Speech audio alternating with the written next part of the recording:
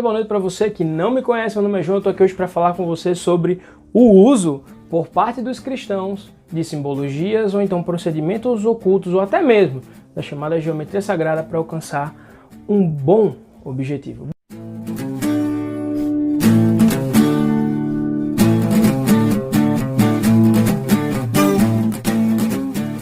Bem, pessoal, esse vídeo eu preciso antes fazer dois esclarecimentos. Ele não tem o propósito de atacar ninguém, tá?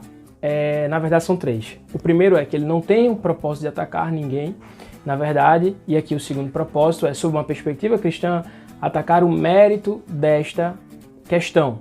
Se um cristão ele pode ou não fazer uso de coisas denominadas ocultas, ou enfim, até mesmo a geometria sagrada, né, para alcançar um objetivo bom. E a terceira observação é que se vocês escutarem alguma vozinha, ou então eu de repente der uma pausa aqui no vídeo, é porque eu tenho uma espectadora ilustre aqui na minha frente, com os olhos azuis olhando para mim, que é a minha filha.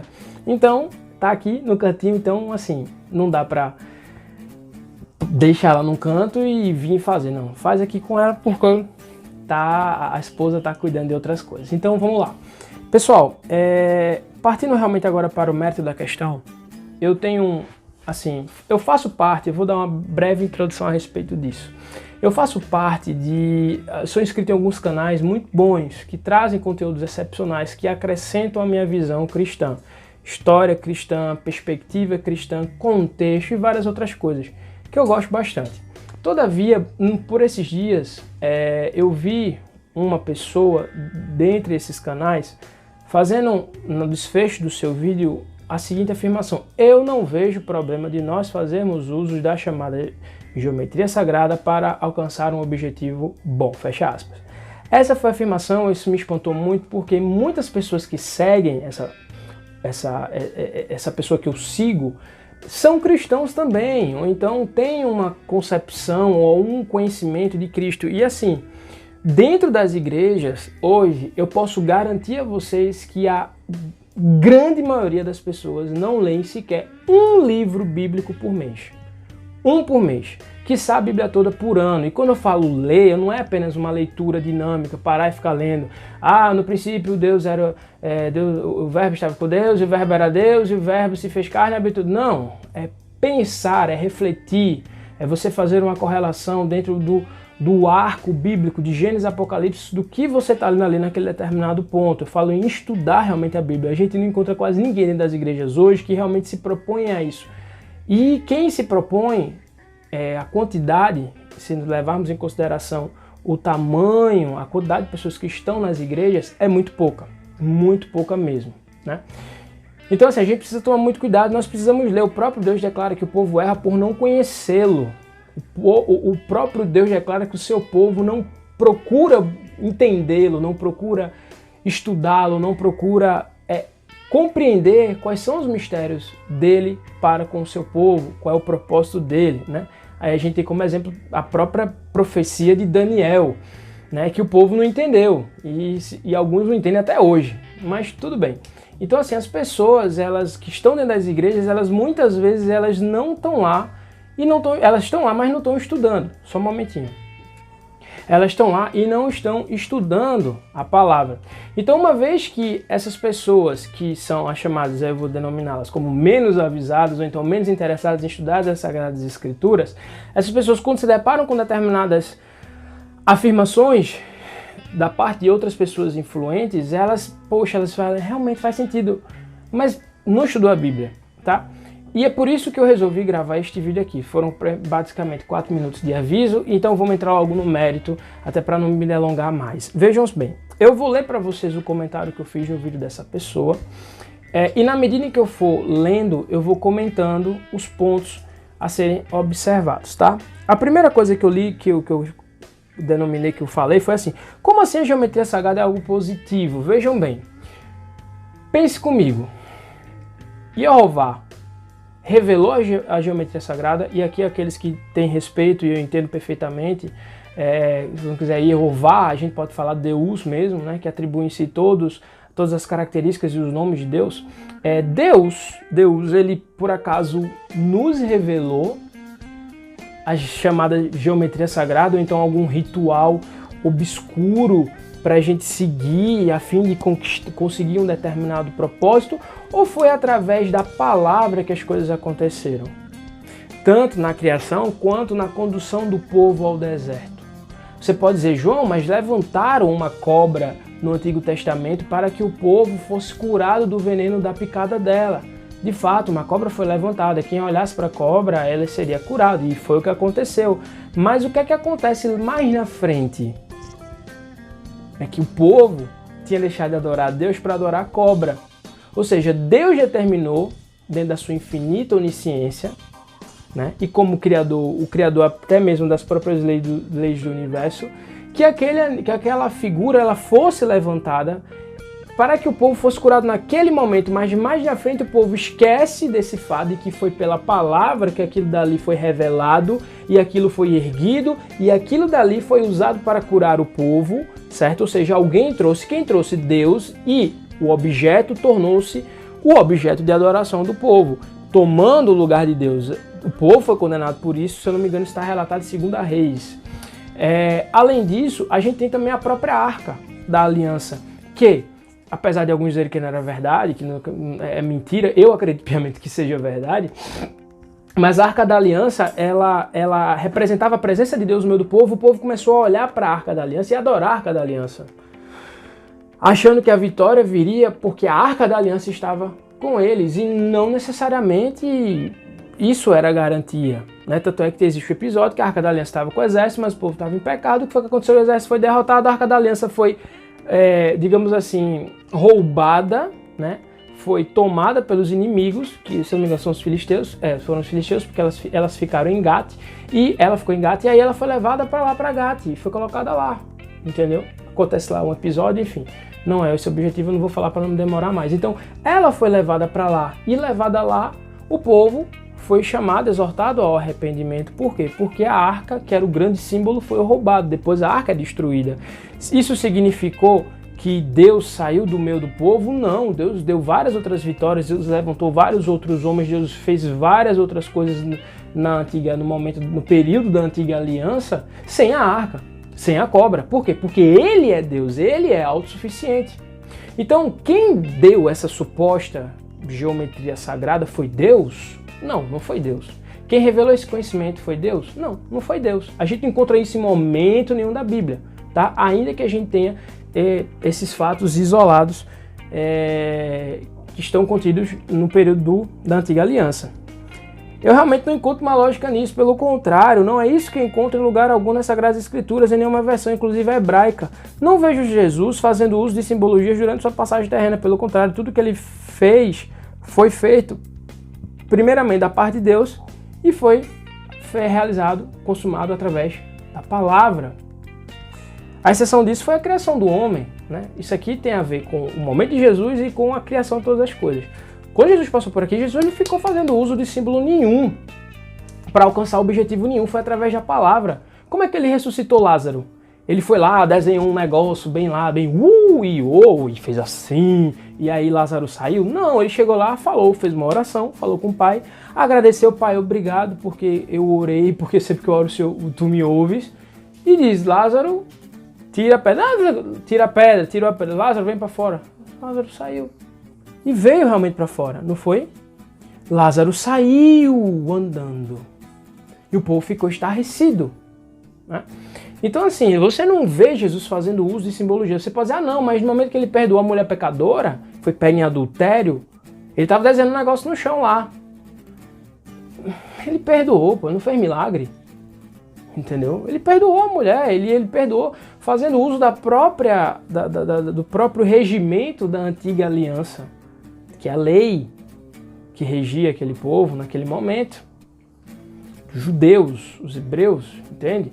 Então ele usou a lei para colocar o povo, despertar uma consciência no povo e o povo desistir, então, assim, de condenar aquela mulher.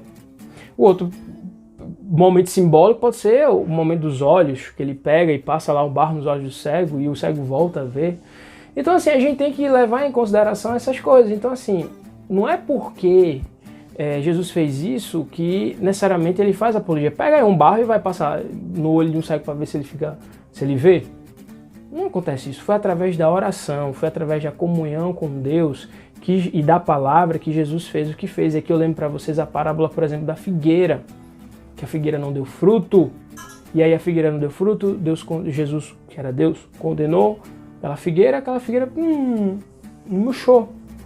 Então esse negócio de estar fazendo uso, até mesmo do exemplo dessas passagens de Cristo, ele em nenhum momento faz apologia a isso, pelo contrário, é pela palavra, em nome dele, Jesus. A gente tem outro momento que é a criação. Haja luz, bum, houve luz. Estou fazendo isso para entreter alguém aqui. Haja luz, bum, houve luz. Certo? Então, que os mares produzam enxames de seres viventes e aí são produzidos, não vou dizer que nasce, porque existe um conflito teológico nisso daí, mas enfim, começa dali surgir as aves do céu e de outro lado também os peixes, e aí a terra produz seres domésticos e não domésticos, enfim. A única ressalva quanto a isso é a criação do próprio homem, que segundo Deus e até mesmo os relatos do salmista, o homem foi criado pelas próprias mãos de Deus, certo? Então o Senhor, ele, além de ter o ato imperativo, haja, né? E aí no caso foi façamos o homem, a nossa imagem e semelhança, e a Bíblia declara que Deus fez o homem do pó da terra, ou seja, houve ali uma questão pessoal de Deus. Deus fez o homem naquele momento, ponto. Ele usou geometria sagrada. Cara, eu não sei, isso não está na Bíblia. Não há relato disso. Não, mas o rabino fulano e tal. Eu quero saber, está na Torá? Não está na Torá. Se não está na Torá, então eu não vou tentar. Está no Tanakh? Não está. Então eu não vou querer entrar nesses méritos. Não sou louco de fazer isso, porque aí é uma interpretação extensiva da palavra e existe um perigo muito grande da gente fazer essas interpretações. Nós podemos fazer conjecturas, mas no ensino, na convicção pessoal, nós temos que ter sempre a Bíblia como o ponto em que principal para que todas as demais coisas elas orbitem aquele determinado ponto, que é a Bíblia. Então eu não posso pegar a Bíblia e colocar ela orbitando outras coisas. As coisas têm que orbitar a Bíblia. Tá? E aqui eu preciso fazer até uma ressalva relacionada aos livros apócrifos. A gente também tem que tomar muito cuidado, a gente tem que estudar os livros apócrifos e a gente tem que julgá-los à luz dos escritos bíblicos. Tá? Então, para a gente concluir, eu vejo o seguinte, só um momentinho, peraí, rapidinho. Então assim, continuando, é através dessa ação da palavra, do uso da palavra, que nós exercitamos a nossa fé. E aqui eu preciso lembrar para vocês que a fé sem obras, ela é morta. O nosso estilo de vida, a nossa conduta de vida, ela deve trazer em si os frutos da fé. Esses frutos, eles só são manifestos quando nós estamos enxertados em Jesus Cristo.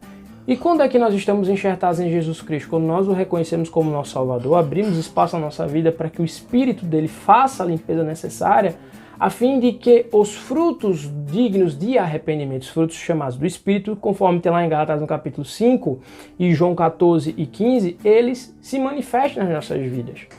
Tá? E não só através de ações cotidianas, rotineiras, como amor, perdão, né? Saber dar ao outro lado da face no momento em que você for ofendido, exercer a caridade àqueles que estão mais necessitados, né? Já visto que o próprio Jesus falou que todas as vezes que a gente ajudar um dos pequeninos dele, nós vamos estar ajudando ele. Nós também exercemos até mesmo os dons do Espírito, cura, entende? Dom de línguas, por que não? Só foi para uma discussão teológica, mas eu vejo, como eu não sei se você sabe, mas minha formação é teológica. Eu tenho estudado os ensinos presbiterianos, batistas, luteranos, os próprios pentecostais, só não estudo neopentecostal porque ali já é heresia, entendeu? Para ter uma visão mais acurada e mais macro do que é entendido dentro das igrejas cristãs a respeito de alguns pontos. Mas eu já vivi experiências, inclusive de profecias, bem como curas, como minha irmã foi curada de leucemia. Deus revelou a uma senhora num encontro de mulheres da nossa igreja, essa mulher nunca tinha visto minha irmã tinha acabado de chegar do resultado dos exames, ela tinha saído para pegar o resultado dos exames e ela, quando pegou, foi direto para a igreja. Só ela sabia do resultado do exame.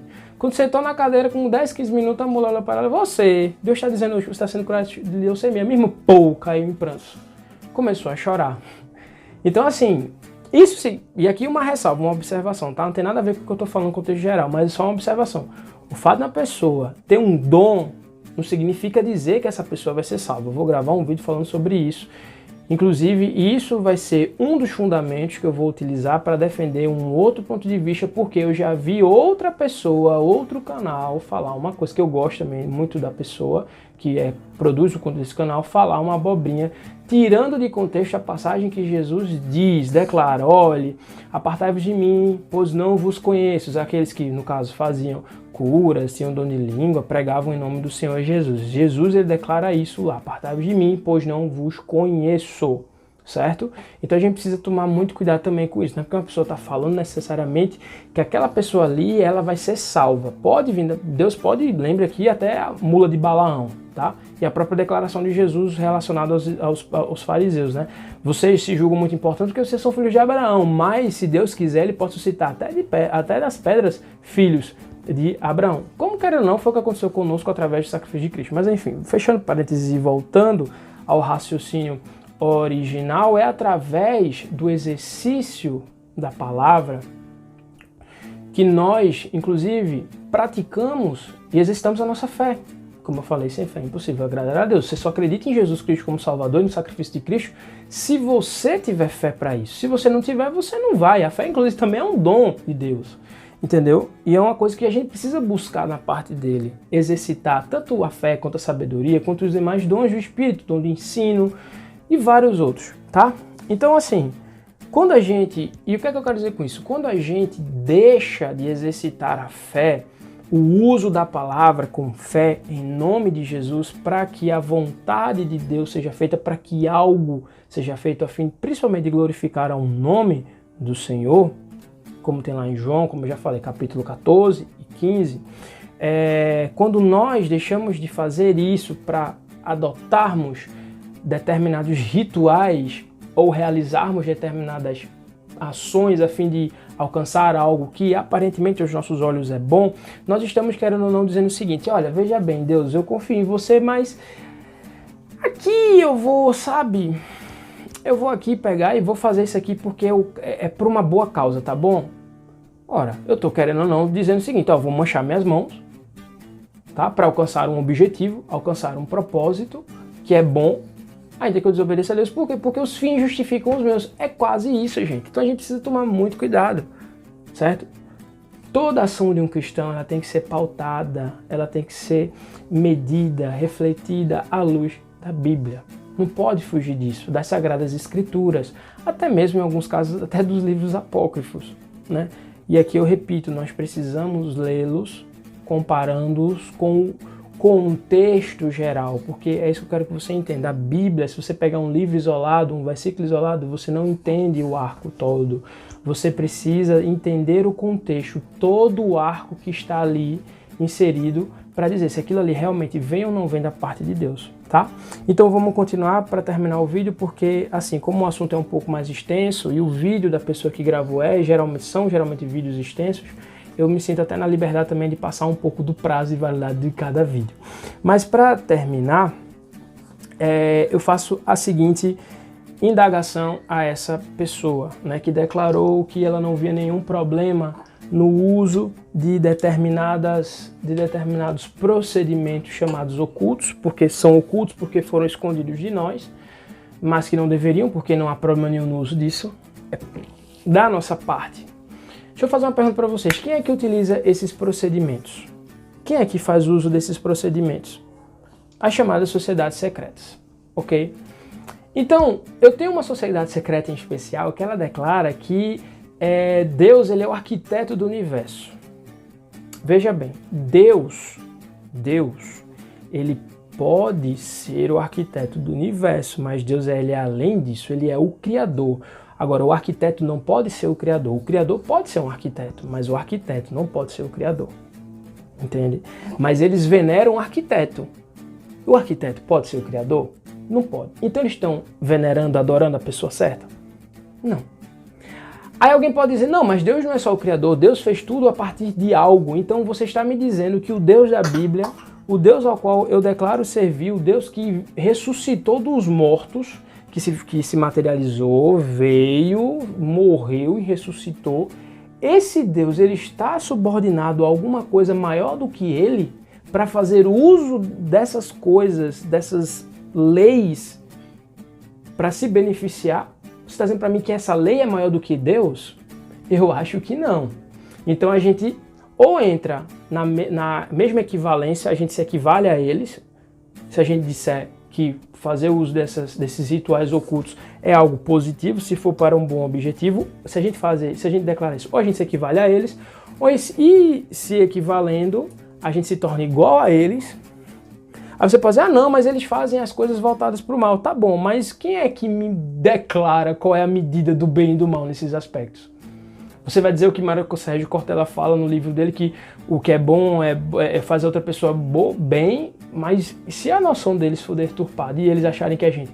Entendeu? Então, o ideal mesmo é a gente se pautar na palavra. Do contrário, ou a gente vai se equivaler a essas pessoas, ou então nós vamos entrar em contradição sobre a pessoa de Deus.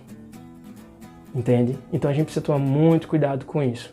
E por fim, só para ilustrar e pincelar isso, alguém pode dizer também assim, não, João, mas esses ensinos foram passados por Salomão.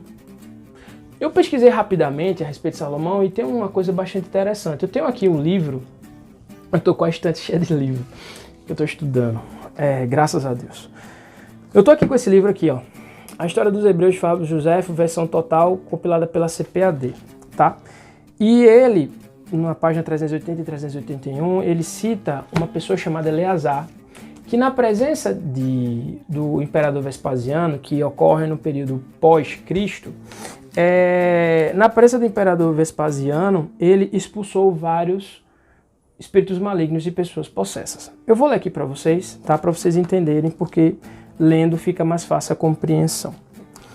Falando a respeito de Salomão, Flávio Josefo declarou o seguinte: Deus lhe concedeu perfeito conhecimento da natureza e de suas propriedades, e ele escreveu um livro no qual empregou esse conhecimento em compor para a utilidade dos homens diversos remédios.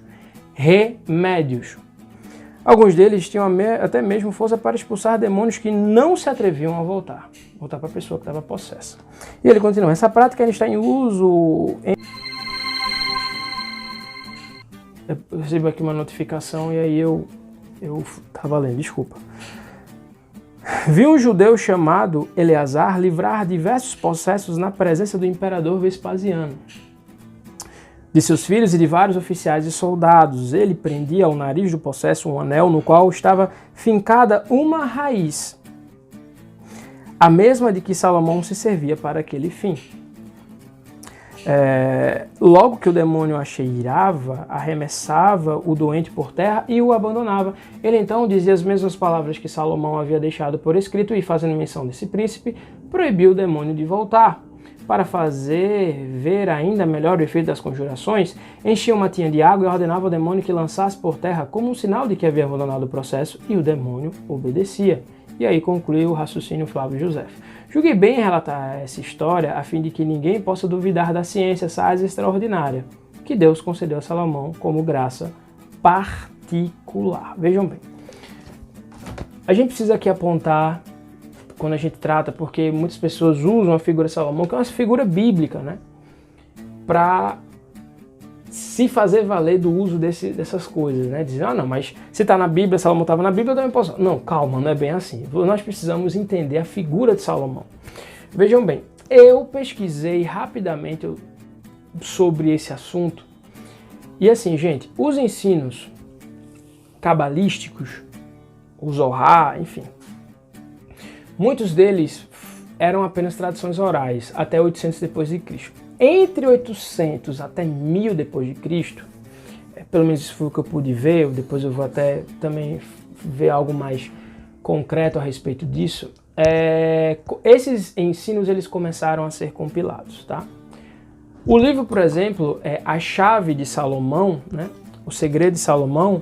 Esse livro, existe uma controvérsia muito grande sobre ele, porque esse livro, ele é considerado por alguns como um livro que não foi o próprio Salomão que escreveu, mas foi, na verdade, um compilado de ensinos orais, entende? E esse, por que ele é contestado? Porque esse livro ele foi feito muitos anos após Jesus Cristo morrer, ok? Então nesse livro, o segredo, a chave de Salomão e tal, tem a chave maior e a chave menor, que há, por exemplo, o uso dessas chamadas geometrias sagradas.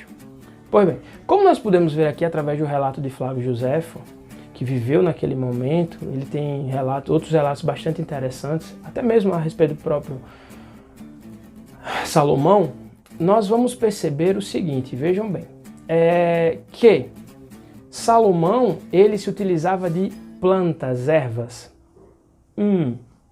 e não de anéis. E aí tem essa história, não, Salomão ganhou um anel de Deus e tal.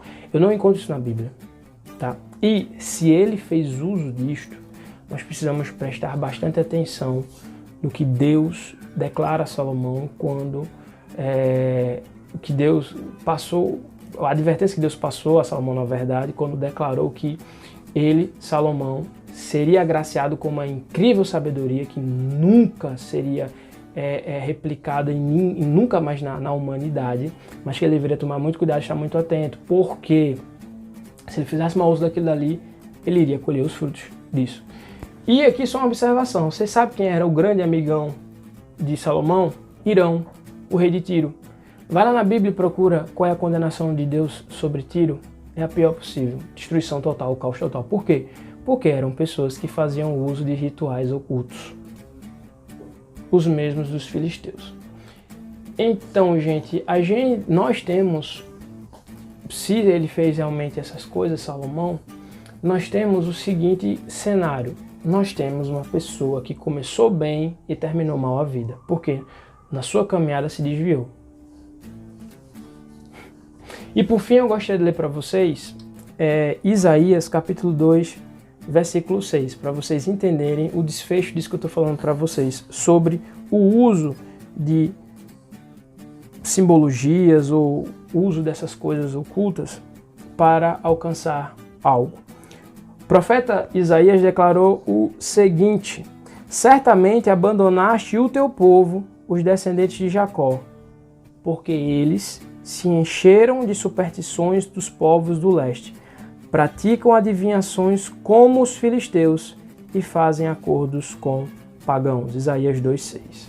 Aqui nós temos 3 coisas que Deus abomina: uso de superstição, que é uma prática oculta, adivinhações, que também é oculto, e aqui dos filisteus eu quero lembrar para vocês que os filisteus eles assimilaram os ensinos que tinham lá atrás, nos tempos ainda de Noé, que foram passados pelos chamados filhos dos anjos, segundo Enoque, né? E fazer acordos com os pagãos, ou seja, ser conivente com o pecado. E Deus ele fala o quê? Qual é a declaração que Deus faz a respeito da sua figura? Deus é santo e Deus exige que o povo seja santo. Deus exige que o seu povo, que os seus escolhidos, eles pratiquem a justiça e não se unam, não venham a se envolver nem a concordar com o pecado, ou com o erro, com a injustiça. Então, essa é a condenação que Deus trouxe, inclusive, sobre o seu próprio povo, como castigo, porque abandonaram os seus preceitos e os seus ensinos. Então, era basicamente isso. A conclusão de 29 minutos de vídeo é essa.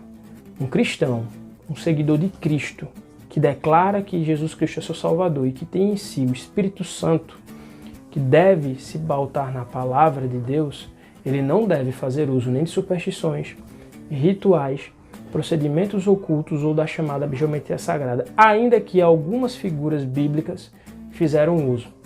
Observe o fim delas. O único que foi perfeito, justo, foi Jesus Cristo, e ele em nenhum momento fez uso disso. Sejamos, pois, imitadores dele, para a honra e glória do nosso Deus. Deus te abençoe, um forte abraço e tchau, tchau.